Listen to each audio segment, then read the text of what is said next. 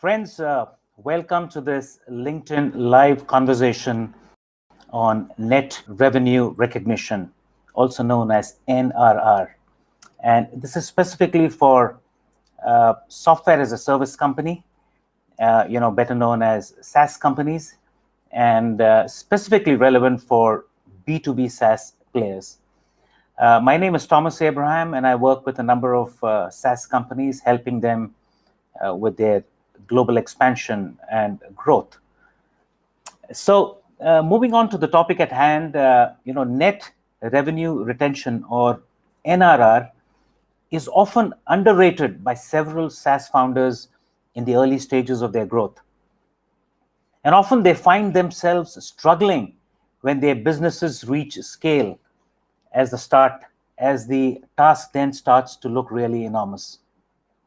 So how do we define net revenue retention, or NRR? Now, NRR is defined as revenue of existing customers, and then you subtract the churned revenue from those existing customers in the subsequent year that you're operating in.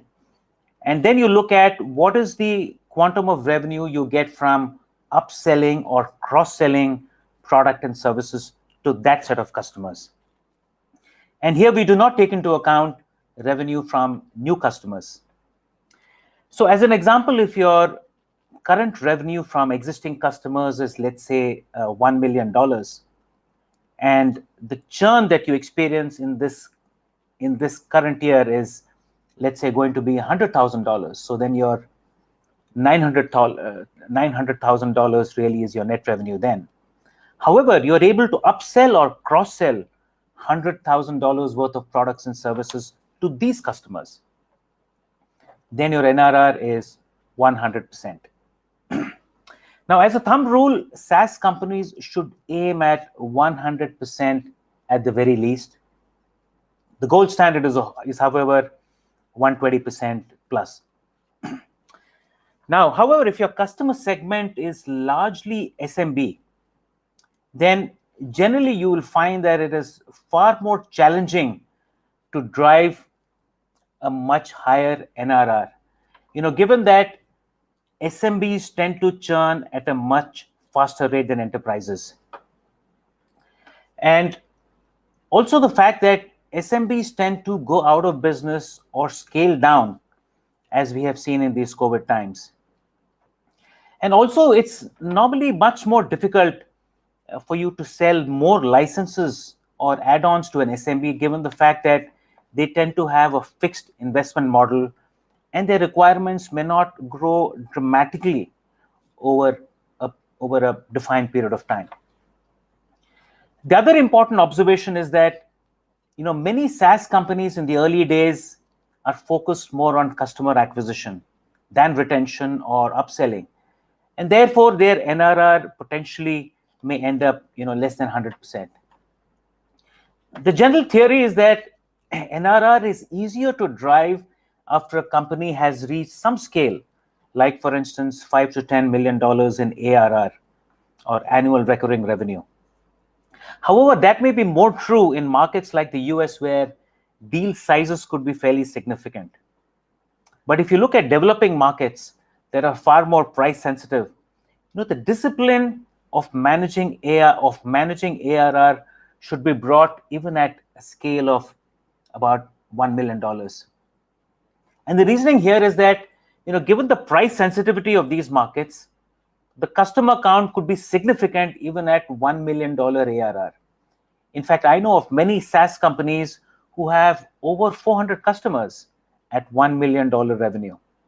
Of course, these are mostly in the SMB space.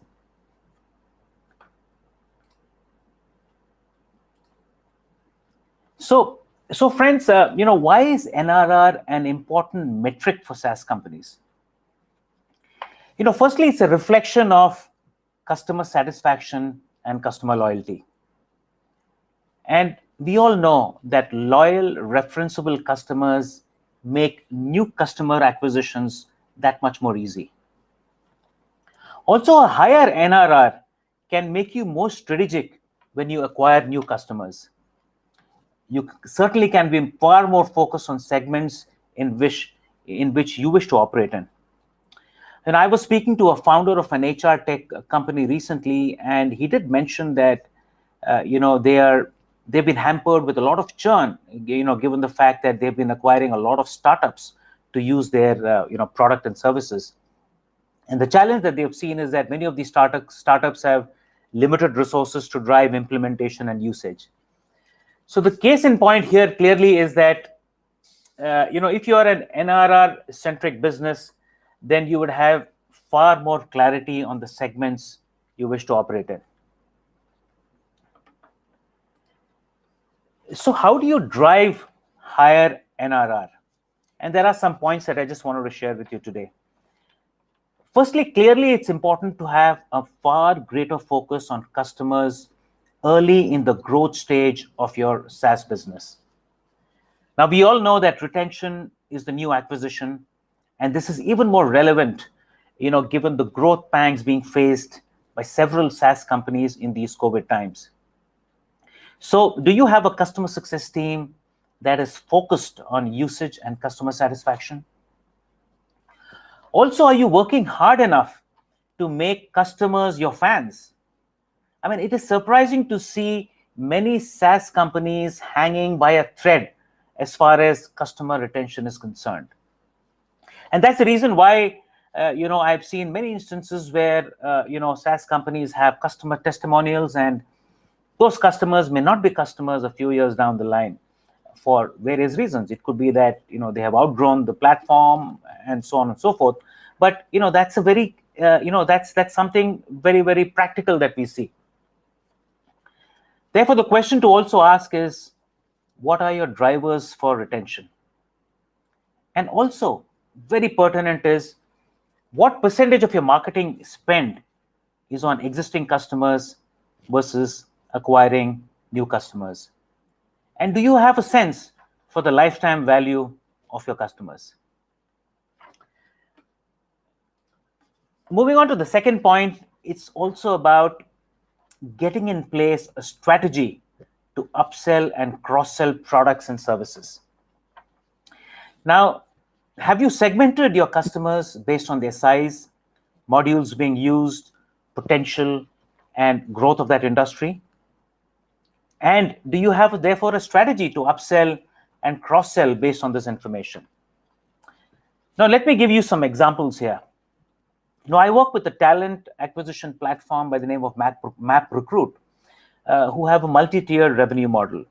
I mean, they have a recurring platform fee model, which gives them fixed revenue every year with the same customer. And then there are consumables like audio and video bots, which are bought as credits by these customers and then consumed by them. Further, they also have an upsell opportunity to sell a chatbot platform integrated to the career page of enterprises. And likewise, there's also an opportunity to sell other consumables like a resume parser, for instance. So MapRecruit has an account management team which sort of works with enterprise customers, ensuring usage of the core system, ensuring that incremental credits are purchased on a regular basis because the credits are sort of consumed at a fairly steady pace. And they're able to sell additional consumables of products like a parser and so on, plus also look at new modules like a chatbot, which will help drive higher NRR. But this is easier said than done. And the key is execution, execution, execution. I also work with a conversational AI platform for financial services by the name of FinChatbot, who have a very interesting commercial model. In fact, they have a recurring platform fee that varies based on the use cases being deployed. They also have a success fee, based on agreed agreed KPIs, with their customers, and if they are met, then there is a certain percentage that they get of revenue. And they have an account management team which sort of comprises of domain experts, data scientists, who are constantly evaluating the conversations that are happening and optimizing those conversations and making the bot far more intuitive and intelligent, and therefore driving success for their customers. They have the opportunity to increase NRR by increasing the number of use cases and ensuring KPIs are being met and exceeded. Here again, it's easier said than done, and the key is really execution. Okay, moving on to the third point, I think the other big challenge is, can we start looking at pricing far more strategically? How can you really improve your value proposition year on year and therefore look at an annual price increase to the core offering? And I remember speaking to a founder who struggled with the concept of enhancing the price, despite their platform, getting substantially upgraded, every year with some real cool features coming in. In his view, pricing could only come down because that was a customer expectation. Fortunately, they met with a lot of success in their early years, and this success helped build the confidence of the founder, and they have been now able to adjust their pricing and see a spike in their NRR. Now, pricing is a complete topic in itself, and SaaS founders often struggle to correctly price and build appropriate escalation clauses, given the fact that there is so much of competition and there is so much of commoditization that's happening in several domains. However, we will plan a separate LinkedIn Live session on this particular topic. The other area of interest really that SaaS founders should look at to increasing and growing their NRR is, what does it take for them to build a second and a third or even more core products over a period of time? Because the challenge that a lot of SaaS companies of some scale face is that the incremental sell opportunity may be marginal over a period of time with the same customer. How much more of product and services that you have will you sell to the same customer over a period of time? And then your revenue growth would really be very marginal with your existing customer base. Therefore, it's very important to build a few other core products so that there can be an exponential growth in revenue that you can get from the same customer. A global example of this is Shopify. Now, Shopify has evolved from being a software platform to now enabling payments and merchant services. And their second product, which is payments, has grown rapidly. In fact, payments is now twice the size of their core software play. Isn't that amazing? Likewise, companies like Zoho have developed several adjacent products that can be used by SMBs to run their business. It offers a great cross-selling opportunity and potential to increase NRR. The fifth point that I wanted to touch upon was really that it's important to build product partnerships to expand your offerings. Now, it may be difficult or next to impossible to develop everything on your own.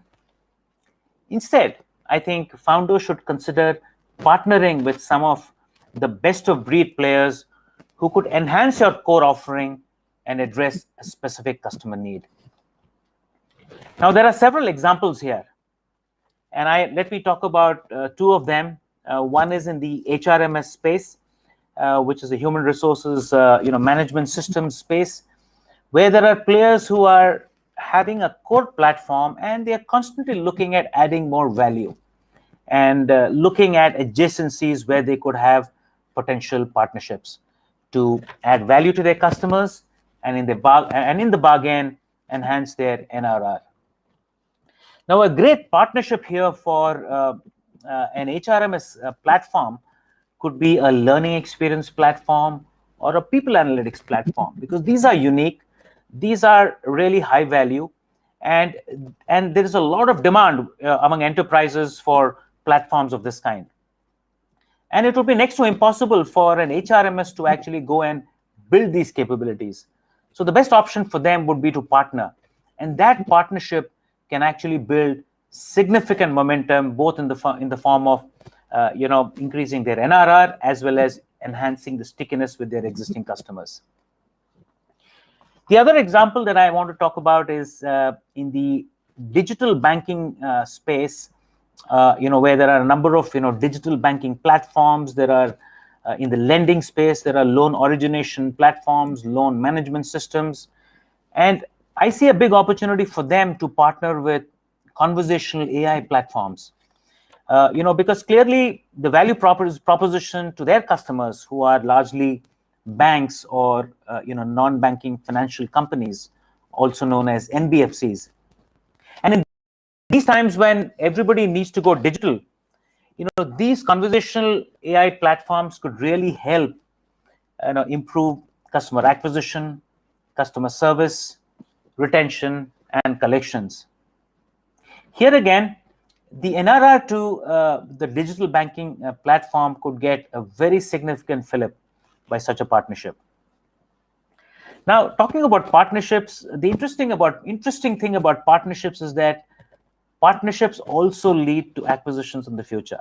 I mean, not all partnerships, but that is the best route for an acquisition. In fact, the best acquisitions that I have seen around the world have come after companies have partnered for a number of years together, because then they have built some true chemistry and they really know how they add value to each other. And through this acquisition route, a SaaS company could actually multiply their core offerings very significantly and very quickly. And that could really help them, boost both revenues and NRR with their existing customers. Now, while I'm on the subject of partnerships, I also want to touch about another area which is really getting very popular, which is there are several SaaS companies now who are building marketplaces with the objective of having several partnerships. In fact, there are some SaaS companies who are saying that we want to have 100 partners on board.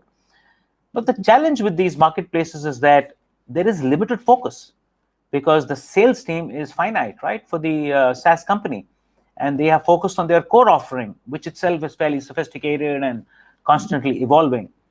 So, and then to really onboard them onto these add-ons and partnerships, partner products, really becomes extremely difficult. And then what really tends to then happen is that this entire marketplace ends up as just being a branding exercise, and there is very little value that gets added both to the customers and to the partners.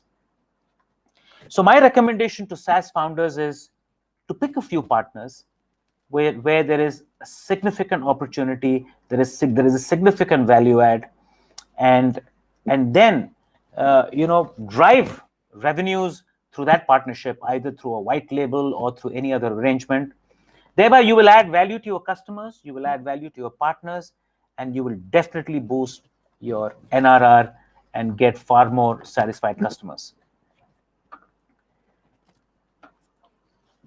Well, the next point that I had, the sixth point, really was around the fact that, in my mind, the sales head or chief revenue officer should be responsible for revenue from all existing businesses. And that's one clear way of driving a higher NRR, because it's all about focus and execution, as I had mentioned earlier.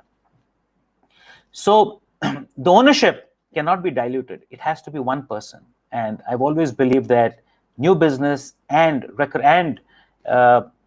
business that you can get from existing customers should be driven by the same person. Of course, they can have different teams to ensure that the appropriate focus is there. The sales leader should actually run with a target and an incentive plan for existing customers, for generating incremental revenue from existing customers. And this is a sure shot way of ensuring that your NRR can increase. Friends, in closing, I just wanted to share some statistics with respect to NRR of successful global SaaS companies. This data has been compiled from published blogs and podcasts by Jason Lemkin of SaaStr. For instance, Shopify's NRR is now 110% with rapid growth of their payment services, and I spoke about it earlier. Likewise, Box has 125% NRR with a multi-product offering. Slack has an NRR of 123%, UiPath of 145%, and Zoom has an NRR of 130%. Hope that is sufficient inspiration for SaaS founders to focus on net revenue retention, or NRR, and move to the next level of their journey to retain and grow existing customers. Friends, stay tuned to my YouTube channel, Musings with Thomas Abraham, and there's a link right here below for more interesting conversations on the future of SaaS.